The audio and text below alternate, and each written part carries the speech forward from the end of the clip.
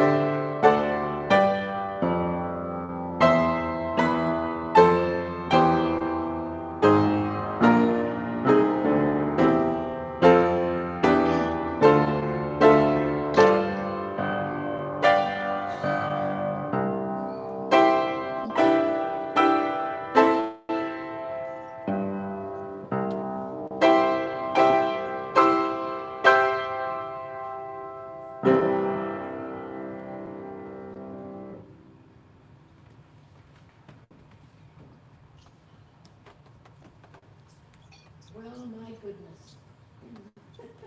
It's so good to be back together here. I just feel like hugging all of you and hugging the space and hugging all of you in your little squares at home. It's just wonderful that we are finally at this point.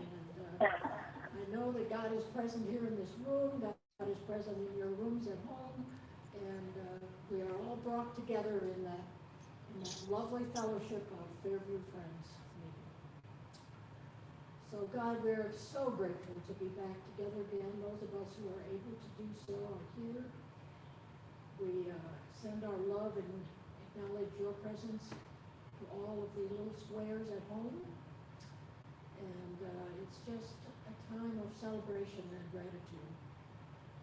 It's been a long, hard 18 months or so, and I'm not sure we're through all of the challenges we face, health-wise and otherwise, but we know you are present as you have always been from the beginning.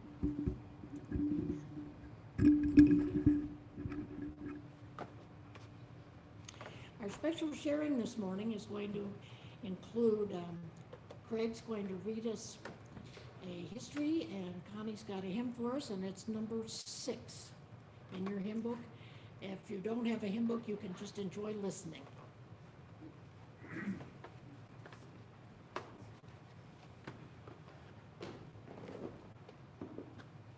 Am I being heard?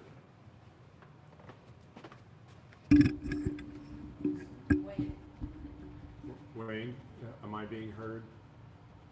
Got it. Bill said he could not hear Patricia. Bill said he couldn't hear Patricia, so we'll do a mic check when Yeah. Patricia gets back up. Sing praise to God who reigns above. 1675. The biblical reference, if my people will humble themselves and pray and seek my face and turn from their wicked ways, then I will forgive their sin. Evangelist Brance Havener once quipped, when I was a boy, preachers used to talk about holding a revival. What we really need is somebody who will turn a revival loose. Well, that's what Philip Spener did in Germany, spurred on by his friend and attorney Jonathan Jacob Schultz. Years before Martin Luther had been all aflame as he established the Protestant Reformation, the early Lutherans were firebrands of holy zeal. But a generation later, Lutheranism had lost its steam. By the 1600s, church life tended to be formal and shallow.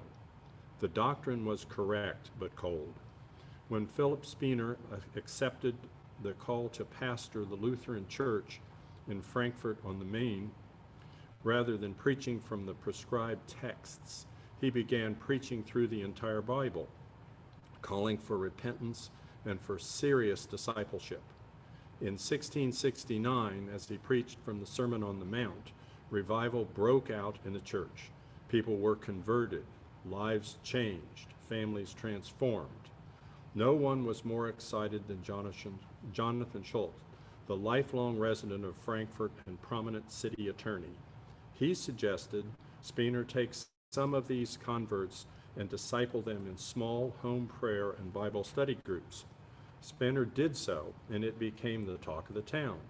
These people were called pietists in devotion, but the revival spread throughout Germany and is known to history as the Pietistic movement.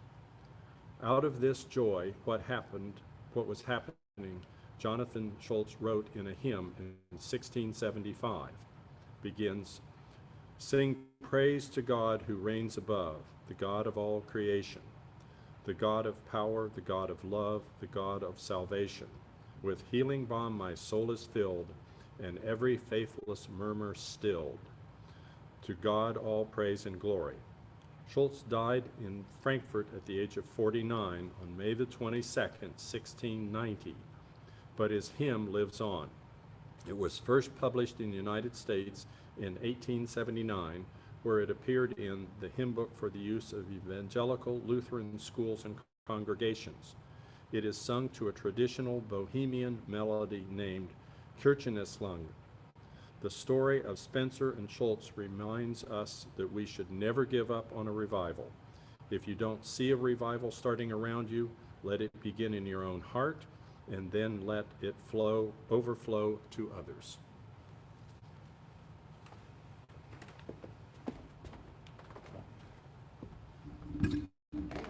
Fred, you want to get to hymn 6 and we'll sing along with Connie?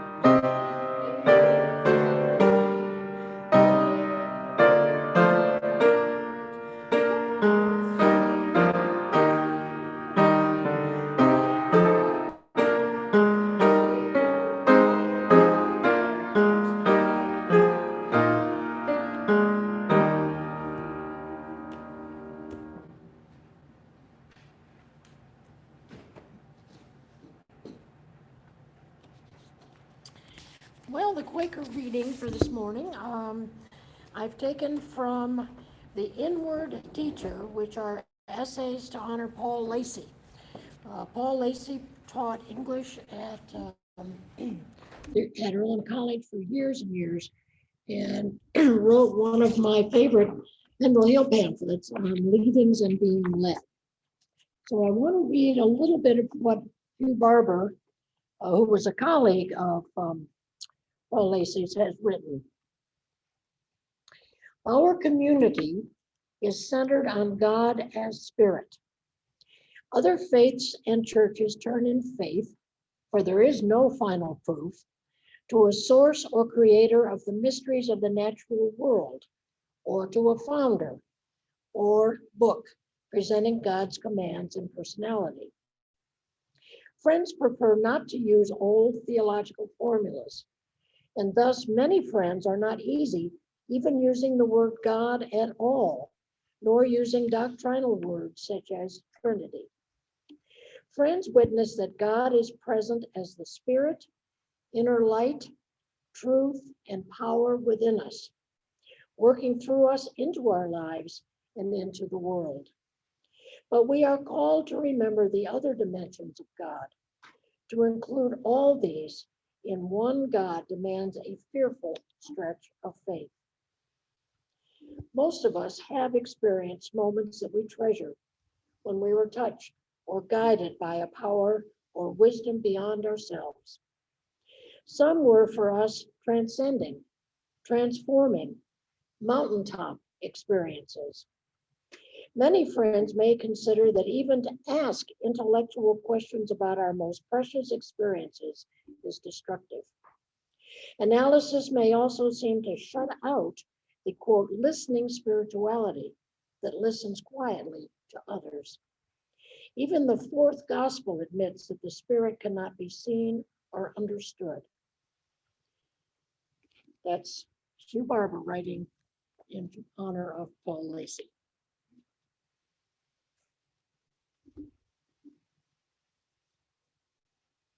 Are there joys and concerns to share this morning? This includes those of you at home. If you want to just off your mute, I'll see it and you can. Wayne. I think that Phyllis is both a joy and a concern. Now, my information is 3 or 4 days old, but she is improving. The dialysis seems to make a difference.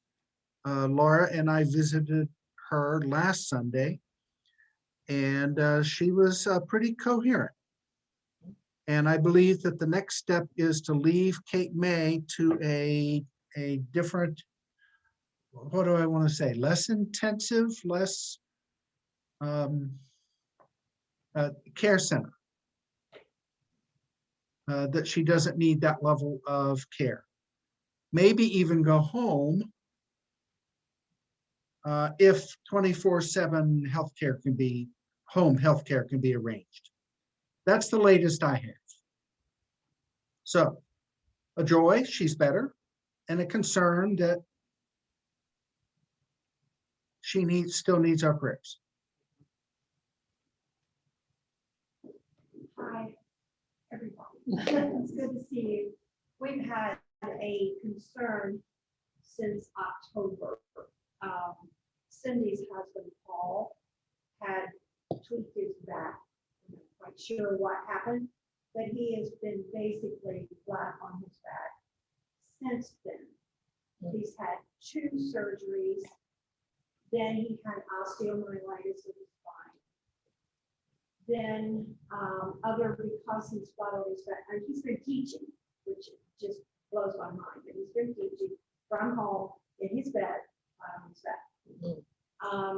He got the PICC line out, and they were hoping that the big surgery for the summer would be stabilizing the spine, the last 2 L and the 1 S. So then as it ebbs and flows, it would be better, then it would be worse. Then they discovered another pocket of infection, and so back to the PICC line and so forth. So Cindy's been part nurse, part breadwinner.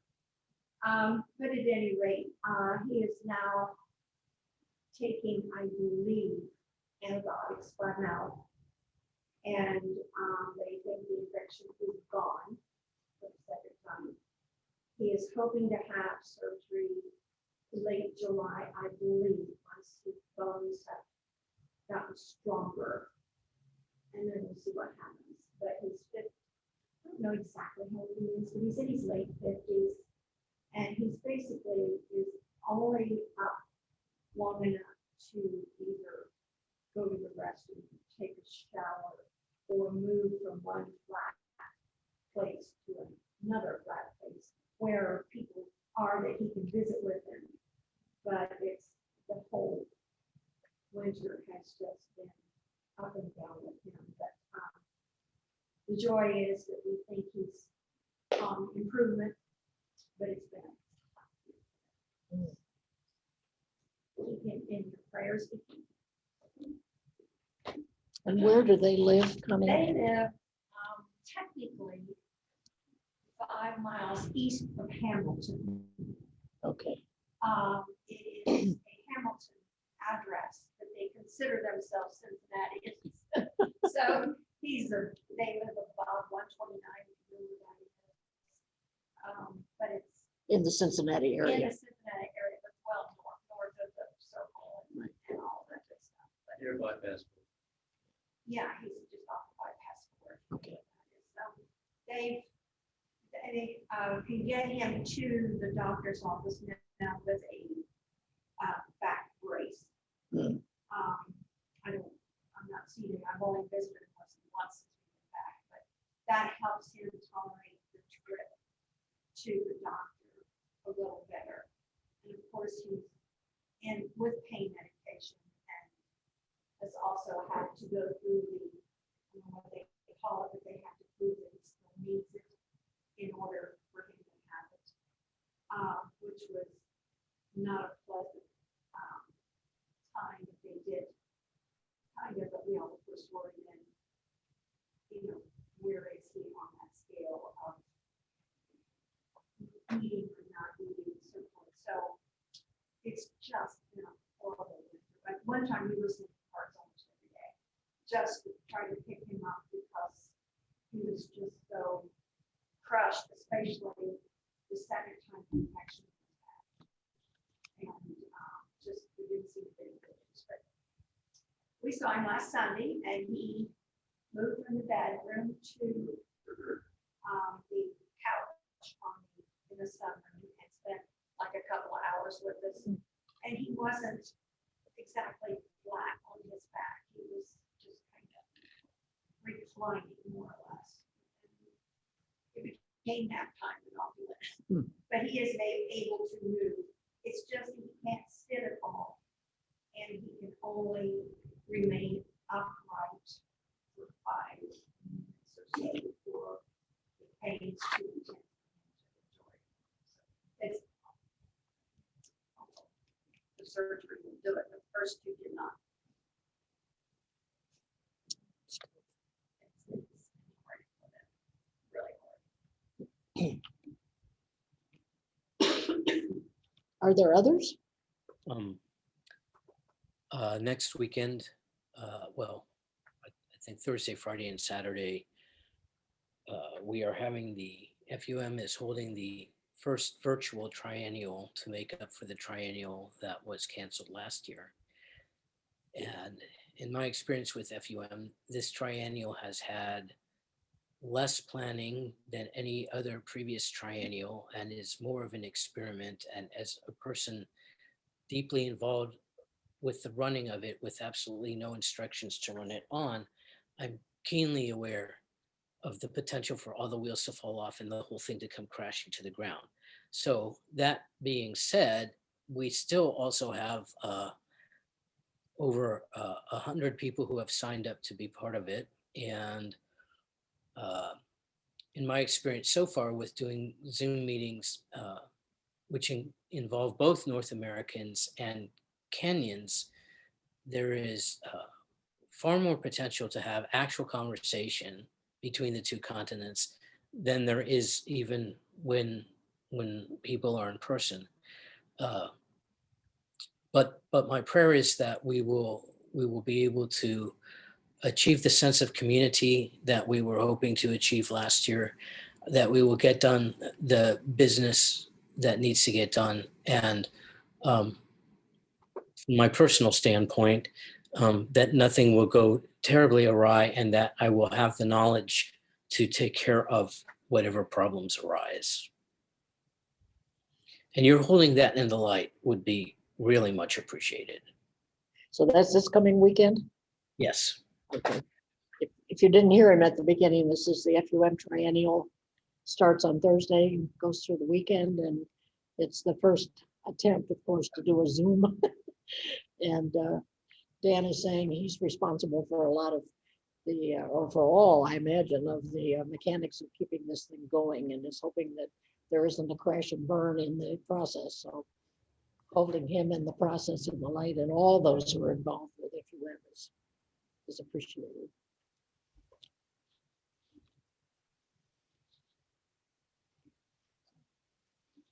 All right, well, let's go into a time of open worship then, and I'll bring the message, and then we can have some time for meditation afterwards.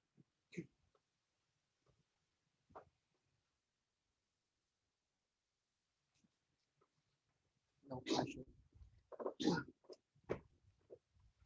Some of you know that I've got a radio program every Saturday morning at 9 o'clock on WALHradio.com. And I've been doing this for close to a year now. And I call it Patsy's Porch. And one of the things I decided to do was to invite Lewis and Clark to come on the porch. I invite people to come up on the porch. And I did this at the beginning of their journey as the Corps of Discovery. And I've always been fascinated with Lewis and Clark. And so what I'm doing on my show now is every Saturday we catch up with where Lewis and Clark are in 1805 or 1806. And it's been great fun. So I've been thinking a lot about journeys, and wanted to share some journeys with you this morning. I'm calling them, why did they depart? Why did they go? Why did they leave? And just going to share these stories with you, and hear the different ways we can begin journeys. So Thomas Jefferson had decided for a long time that it would be a good idea to explore the lands beyond the Mississippi. And he tried to get such a thing going and got nowhere until he became president. And then as president of the United States, he decided that it was time to go to Congress and see if he couldn't get this long for journey underway. So after the purchase of the Louisiana Purchase in April of 1803, the Corps of Discovery was funded by Congress for $2,500.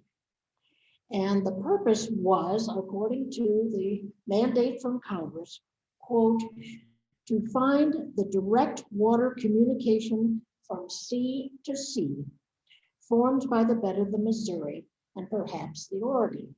So that was the objective, and they were just set out. So what Jefferson did was he got in touch with Meriwether Lewis, who was a young man that he'd known, was a family friend in Virginia. And he puts Meriwether Lewis in charge of this expedition. Meriwether Lewis was an Army captain well-versed in frontier life, and Lewis prepared for the exploration literally at the side of President Jefferson, living in the White House while detached from the Army and serving as the president's private secretary.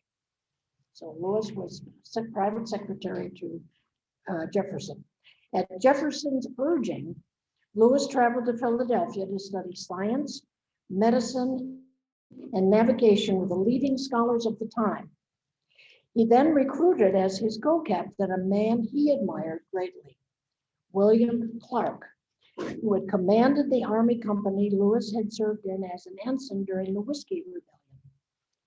In 1803, Clark was 33 and Lewis was just 29. Though Lewis was technically the commanding officer and Clark never received his promised captain's commission, both leaders concealed that fact from the men, and throughout the journey, Lewis and Clark treated one another as equals. So they're setting off with Meriwether Lewis in charge at the age of 29.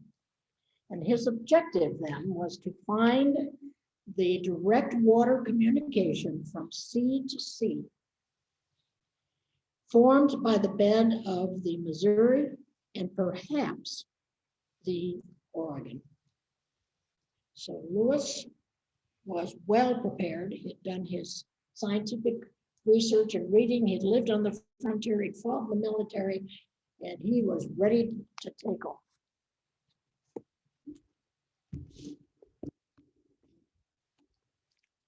Our next journey is found in Genesis chapter 12.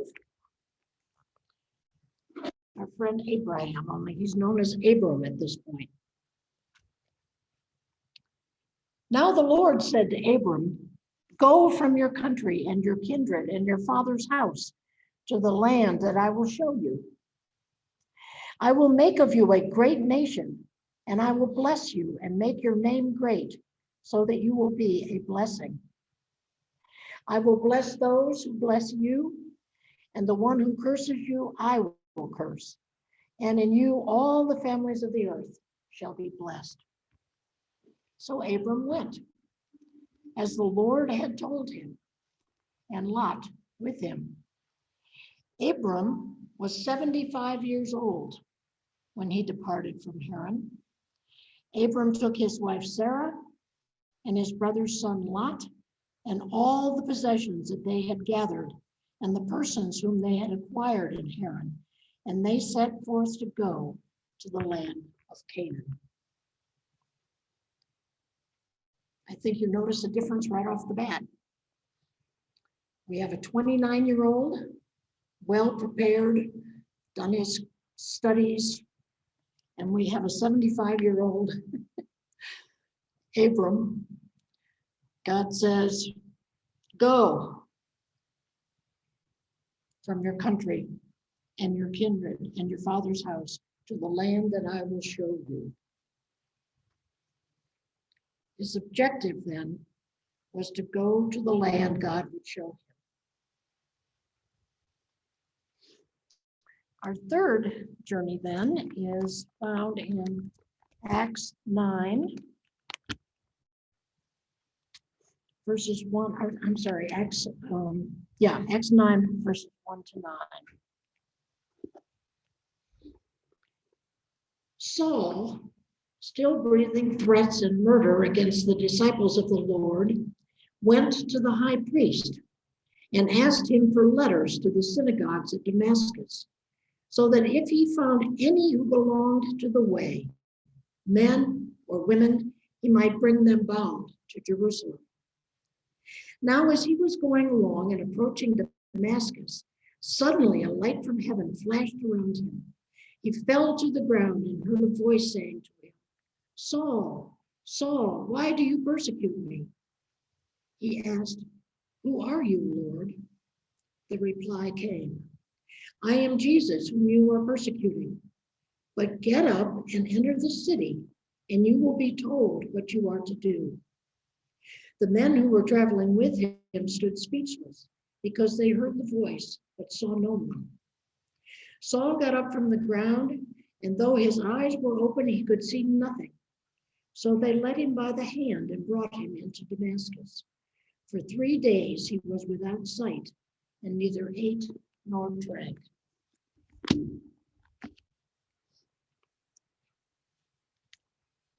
Saul, who becomes Paul,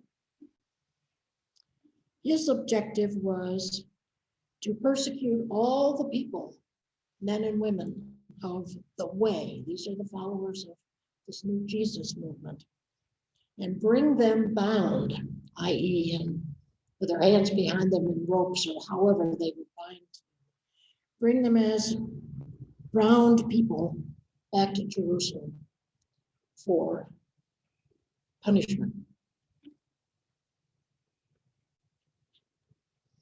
And then my absolute favorite beginning of journeys is in Matthew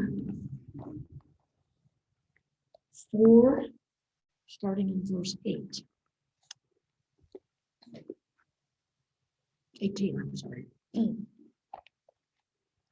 As Jesus walked by the Sea of Galilee, he saw two brothers, Simon, who was called Peter, and Andrew, his brother, casting a net into the sea, for they were fishermen.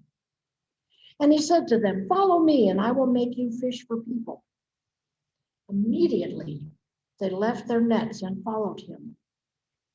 As he went from there, he saw two other brothers, James, son of Zebedee, and his brother John in the boat with their father Zebedee, mending their nets, and he called them. Immediately they left the boat and their father and followed him.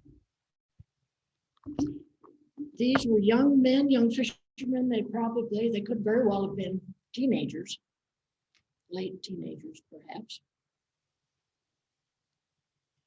We don't know how old Saul is when he sets off his way to Damascus.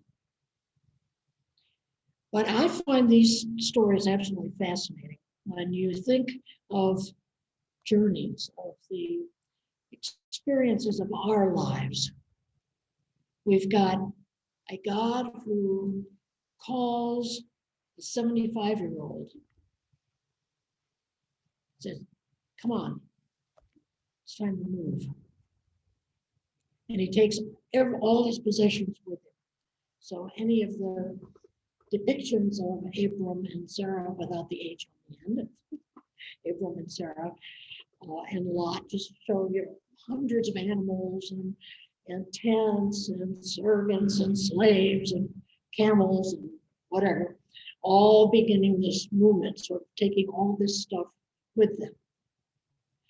Lewis and Clark have, I think it's 10 pirogues and a couple of canoes, and of course all kinds of stuff and equipment and maps, such as they were, and have a corps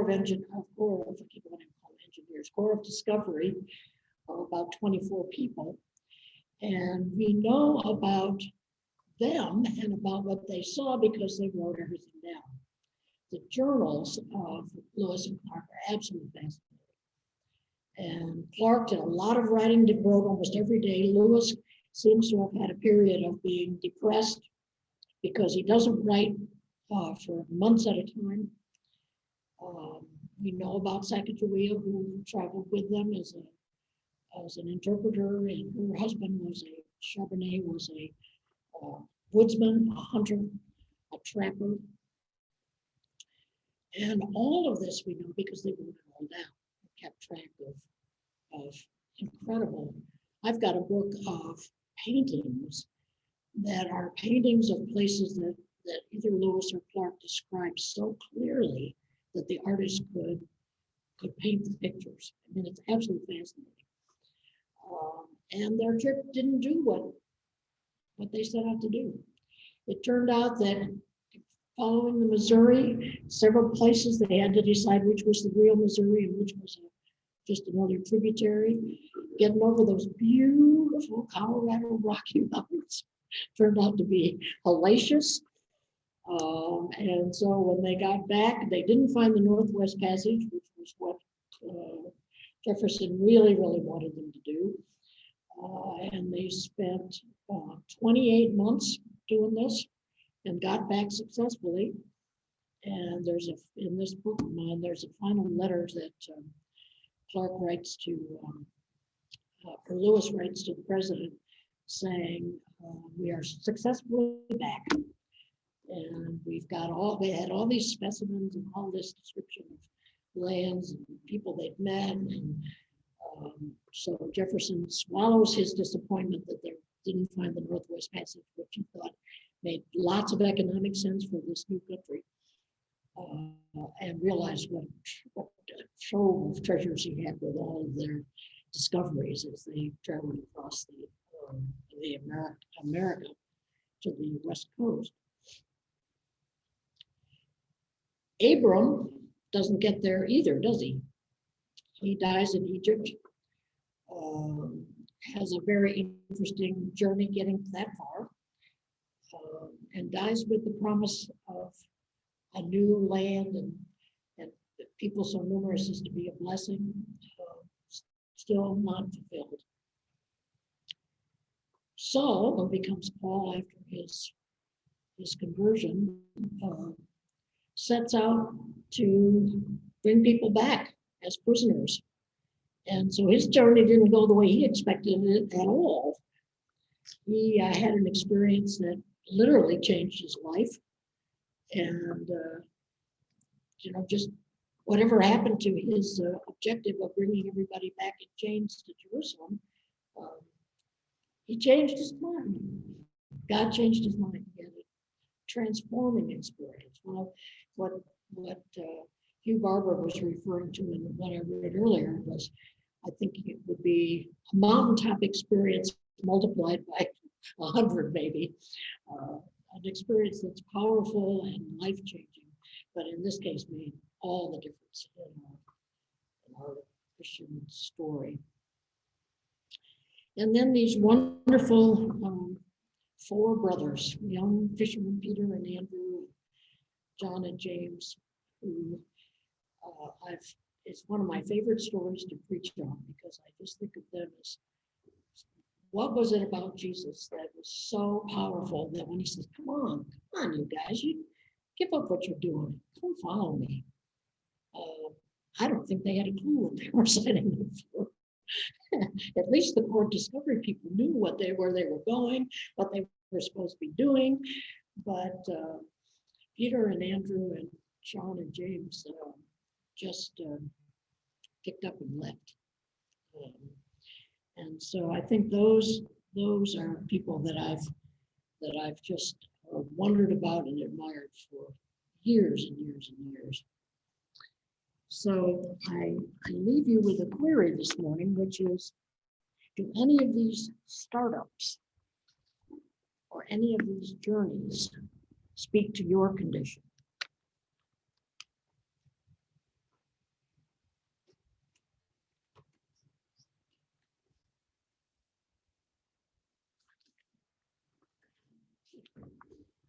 Your friends will turn to number 9 in your hymn book. Praise the Lord, ye heavens adore him. We'll sing that together.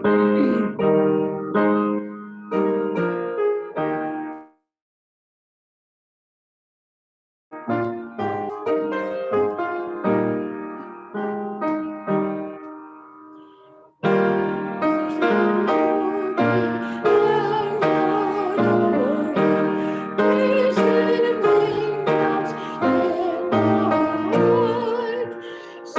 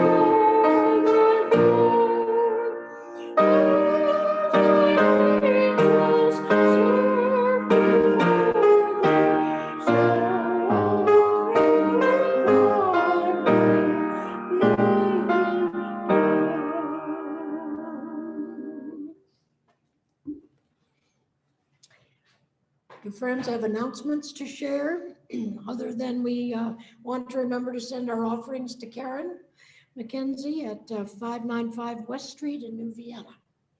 If anyone hasn't paid for their Sunday school books, $7. Okay. She's also collecting the $7 for the Sunday school books. Birthdays.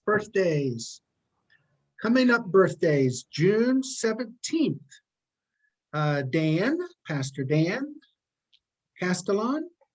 Am I saying your name correctly? Say it once for all of us. Castellan. Castellan? Castellan. I've been wrong for what, 5-7 years? Castellan. June 17th. Preferred, he has a gift list. It's listed on Amazon.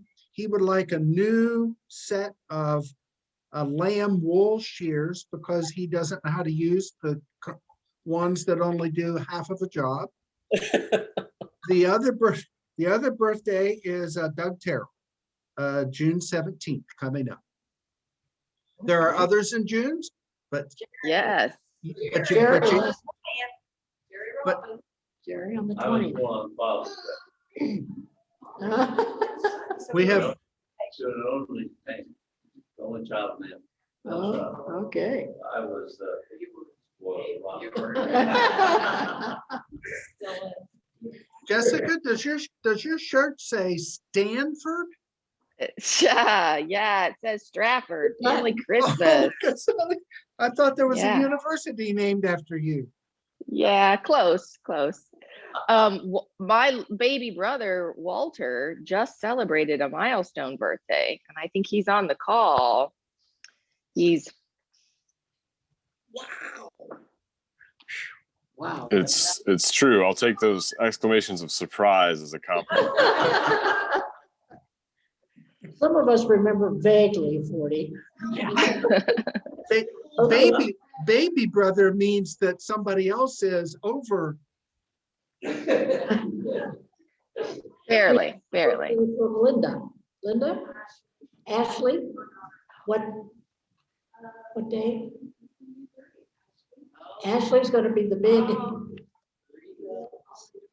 Yeah, but that'll be announced. That'll be announced in a subsequent Sunday. These are only the ones current right now this week. Well, you didn't say that. It's okay for the month. Okay, does someone else want this job? Flexibility, Wayne, flexibility. That's got to be the mantra these days. Any other birthdays in June? I will accept birthdays in June. Anybody else? Okay, I think we got them. Go for it, Connie. Can you play it?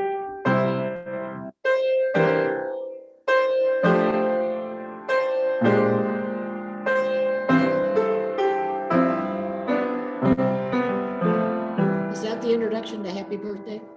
Oh. No. I was waiting for something. I don't even know what happy birthday starts with. That's better. That's better. Happy birthday to y'all. Happy birthday to all. Happy birthday, dear Quakers. all the Junies. Happy birthday to you. And many more. Thank you very much. Thank you.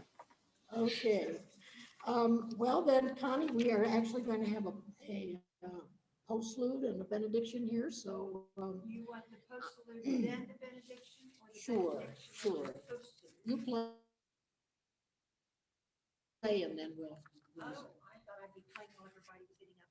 Oh, well, do you want everybody to get up and talk while you're playing? The request is you all get up and talk while Connie's playing. You get the benediction, and then I'll play, and they can get up and talk. Okay. Well, God, we're having a wonderful time being back together again. And we are grateful for everyone in this room and everyone in their homes who's joined us at Fairview this morning. Please watch over all of us this week and bring us back together next week. Take care especially of Phyllis and Connie's son-in-law and all the other people who are on our hearts and minds that need special care. Be with us as you always have been. Amen.